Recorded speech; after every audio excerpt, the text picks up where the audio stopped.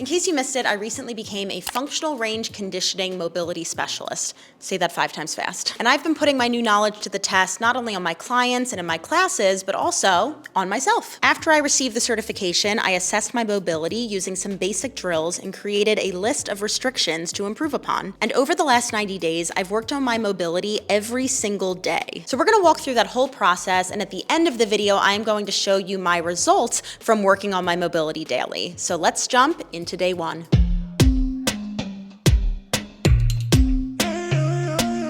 Happy 2024. It's January 1st. We're gonna start implementing a daily mobility routine today, and then we'll catch back up in like 90 days. What I wanna take you through today is just like a very basic morning mobility routine, which is just cars. Now, I've made a few adjustments based off of my body, my enjoyments, my goals, all of that kind of stuff, but I'm just gonna kind of take you through, show you, and yeah.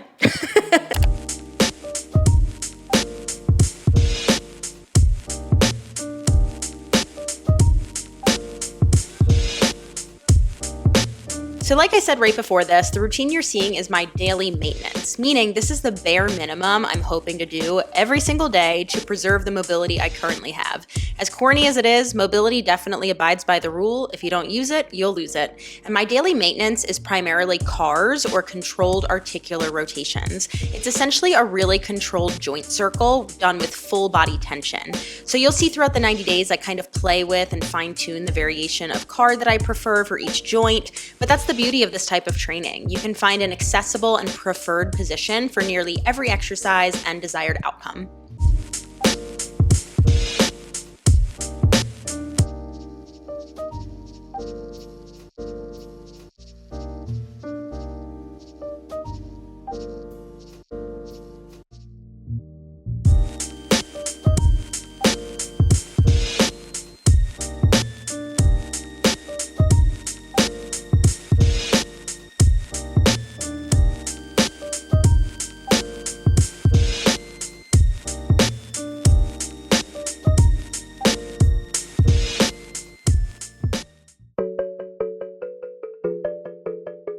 Let's do a little shoulder mobility. So I'm gonna work on some internal rotation. Specifically, we're gonna be doing, it's called a sleeper stretch, but we're gonna be doing some pales rails. So this is essentially 2 different contractions. You're working on the progressive tissue, which is the pales, and then the regressive tissue, which is the rails. To put it really simply, we're trying to get ourselves into our full passive end range of motion. And then we're trying to strengthen that end range. The reason for that is because injury happens when the force is too much for whatever to handle, right? Your muscle, bone, tendons, ligaments, whatever. And that's when injury happens. In terms of your strength, you have the most strength in your mid-range of motion. The end ranges are going to be the weakest. So we're essentially trying to increase the strength in those end ranges, because if we think about what mobility is, it's having strength through your full range of motion. So I lack internal rotation in my shoulder. So what I'm doing here is not only bringing strength into that end range, but I'm also trying to carve out more. Like I said in the first video, and probably at some point already in this one, if you do not use it, meaning your mobility, meaning your joint range of motion, you will lose it. So that's what we're trying to do today. And then I'm gonna make sure I do some rotator cuff stuff today, external rotation. I'm not gonna add in the abduction yet because I'm still so freaking weak just in that external rotation at my shoulder. So we're gonna start with that today with some light band work. So we're gonna do our daily cars, and then we'll hop right into some of the strengthening work.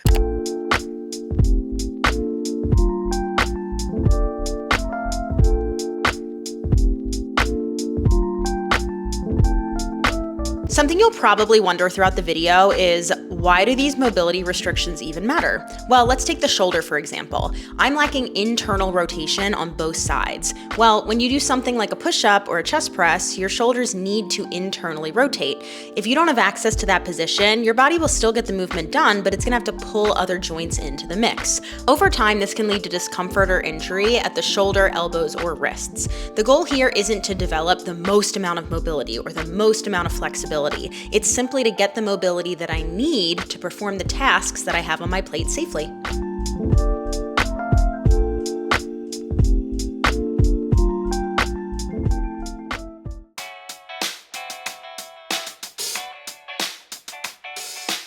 Another day, another mobility drill. We're gonna talk about the hips today, and there's two things we're gonna focus on: internal rotation as well as hip extension. I have 3 different exercises we're gonna do, 2 for internal rotation, and then 1 is for hip extension, so that when I go into hip extension, I don't compensate with my low back. So let's do it.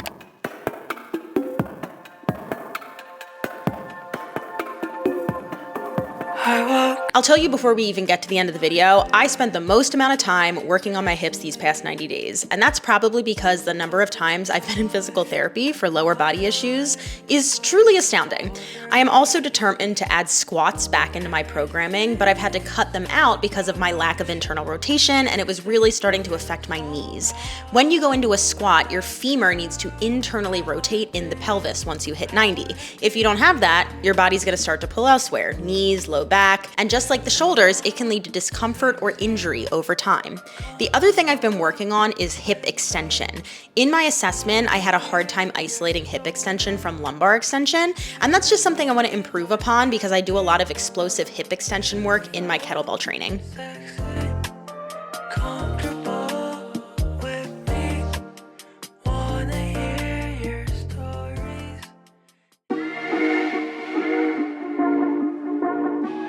Put it quite frank, I'm gonna show you the way. It is day 29, and we are doing some ankle mobility. So we saw in my assessment that I had a little lack of dorsiflexion, especially on my left side, which is the side that I did have surgery on when I was younger. And I have a few different things that we can try here in terms of this banded single leg squat, some inversion and eversion. Today, I just want to do a dorsiflexion drill and start there because I also think that that's going to be more helpful for most people to try as a starting point. And then later in the video, I'm sure I'll show you these other drills as options. But let's make our way down onto the mat and we'll start it up.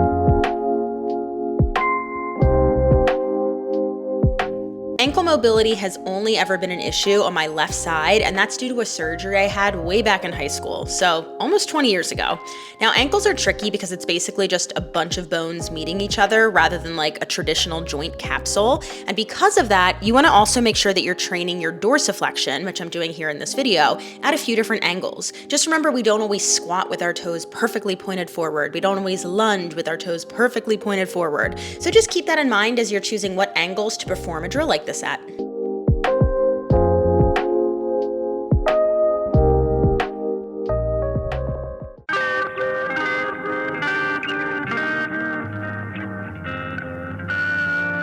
Ayo, let's talk about the feet. I'm obviously not at home right now. I'm filming at a studio. I was supposed to film 4 dance cardios, but I only have 20 minutes left, and I don't think I have time to get in the last one, which is fine. 4 in 2 hours is definitely a lot. So instead, I'm going to take the time to do my foot exercises. In case you missed it, I already made an entire video all about foot health that goes a little bit more in depth, but the reason that I want to focus on my feet is because I've had a lot of issues with them, specifically on my left side. But essentially, I had a surgery on my left ankle when I was in high school, and my foot has been kind of messed up ever since. What I'm going to focus on today is simply the little foot mobility drills, but I've also been working on my big toe extension. I just don't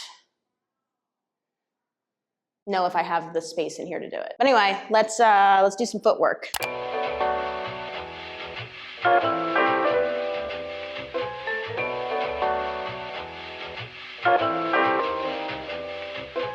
As I'm writing this voiceover, I'm a little too lazy to watch the previous clip, so I might be plugging this video twice, but I recently made a video all about the feet with specific drills to implement and why the feet are so important. Long story short, your feet hold up your entire body and can affect how the rest of your joints function. For me, I lack big toe extension on the left foot due to that surgery that I mentioned, and if I want to keep running, jumping, dancing, and moving without pain, I need to train that joint. Now, with all of the drills that you've seen me perform so far, these are something called Pales Rails. This is essentially a drill where you hold your passive end range for about 2 minutes, then you try to get out of the stretch and then into the stretch deeper. The concept here is to relax your nervous system into a joint position, then you're going to strengthen the end ranges through an isometric contraction. This is a really basic concept with FRC, Functional Range Conditioning, which is the mobility certification that I have, and once I gain more strength and range of motion, I'm going to start implementing more complex drills.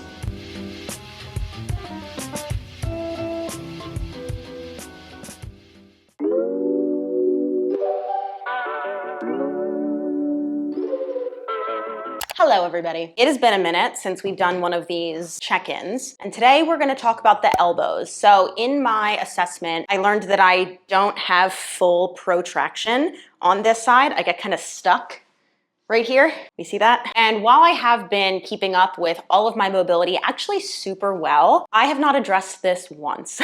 Well, actually, I did try to address it once, and I was very confused. So the elbows were even kind of confusing to me as I was going through the in-person training. And I did try this at home. There's basically like a dowel exercise that you can try, but I literally could not isolate my elbow from my wrist and my shoulder. So I'm looking through the portal right now. I want to see if there's another drill I can try. Yes, we got this pails, rails, elbow, pronation, and supination with the dowel. And that's what I tried, and that I couldn't figure it out. All right, so I can do this manually too. And basically I need more internal, external, right? No, internal, pronate, internal, pronate. Internal. Okay. With the elbow bent to 90 degrees, grasp the distal forearm with the contralateral hand. Jesus Christ. And I'm basically just trying to bring my elbow into as much pronation as I can. Okay. And then the pails would be trying to get out of it and then rails back in. Okay. Let's try it. We'll see how it feels. I'm looking jacked in this position, baby. Okay.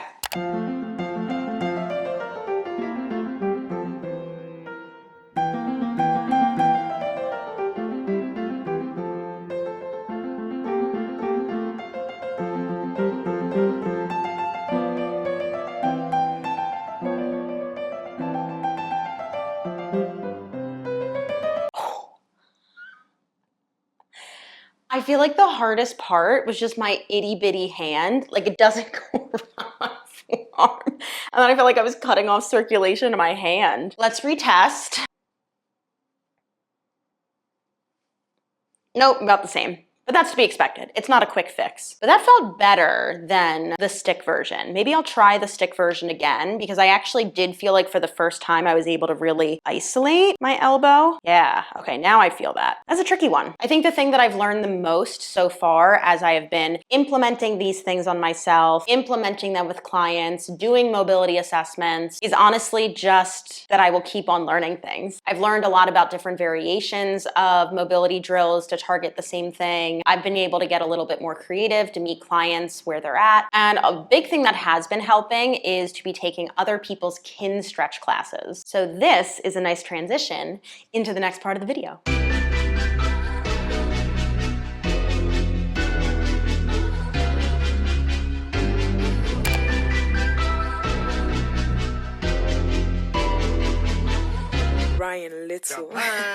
So over days 55 through 90, I did a mix of my own daily maintenance, the corrective drills I showed you so far, and I took other people's kin stretch classes. Kin stretch is essentially the group fitness version of the certification that I have. I've briefly mentioned it in another video recently, but I think one of the best ways to get better at something is to learn from those who know more than you. So I've been taking free kin stretch classes online, as well as from studios in New York who offer them. This has been a great way to not only continue practicing what I've learned, but get creative with other ways to present different drills to clients.